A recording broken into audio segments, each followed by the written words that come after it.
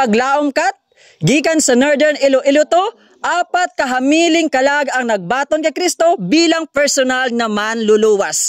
Inibunga sing aton nga ginhimo nga simultaneous evangelistic campaign sa CPUC. Kag subong nga mga tinion, ari may mga gamay kitang palamangkutanon para sa nagbaton kay Kristo bilang personal na manluluwas. Ano ang imo na batyagan sa pagbaton kag sa pagpamati sang pulong sang Dios? Malipay gid ako sining adlaw. Una ato nakita mga kapaglaom, nalipay ang isa naton kautod nga nagbaton kay Kristo, especially subong nga adlaw. Ay kadalwa naton diri nga utod. Ano ang natulog sa imo sa pagbaton sang kamatuoran? Pagpamati sang pulong sang Dios. Amen. Ato natong hayan mga kapaglaom nga nalipay ang aton mga utod kag nagapasalamat sa pagpamati sa mga pulong sang Ginoo. Subong nga mga tinion, yari ang aton nga mga member sa iglesia.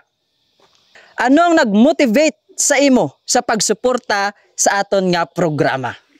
So, Brother Jerol, nga nadasi ko magsuporta sa Blaton, bangod nga nagsili ang Mateo 24:14, lakati wala mayong malita. Gusto kong matapos na ini, sugiran tanan mga katawhan sa paghibalo sang kamaturan. Kay kaapoy na ni Brother Jerol sa kalibutan. Gusto ko niya nga magbalik na ang Ginoo, kag magapuyo na kita dito sa bawang langit nga ginaman sa Ginoo sa mga matarong. Upod ni aton mga bag-ong itugmawan. Kag iban pa nga nagapamati sa atong matahom nga mensahe ni Pastor Charles nagligad pila kagabi. Praise God mga kapaglaon. Subong nga mga tinoon from Brother Mike, isa naton ka church elder from Lawis SDA Church.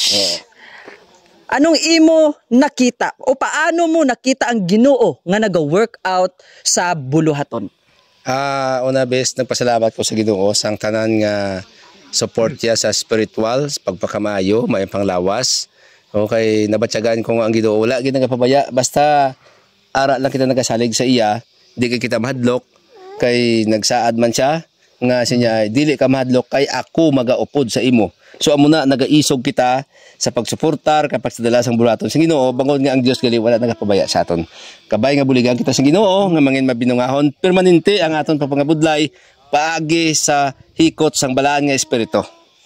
Amen.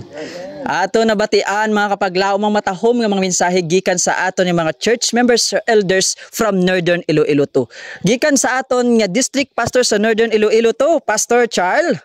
Ano ang imo na batyagan nang may ara kita nga mga bag-ong nagbaton kay Kristo bilang ila personal na manluluwas?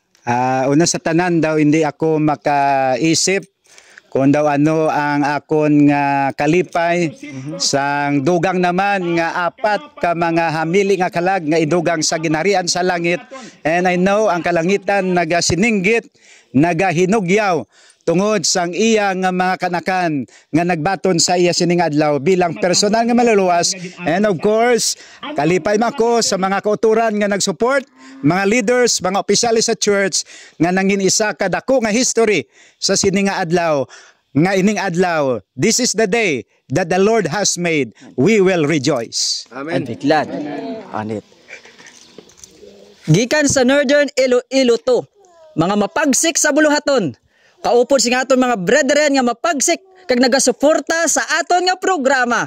Ini ang inyo kapaglaom Jero Bernales. Back to you kapaglaom kat.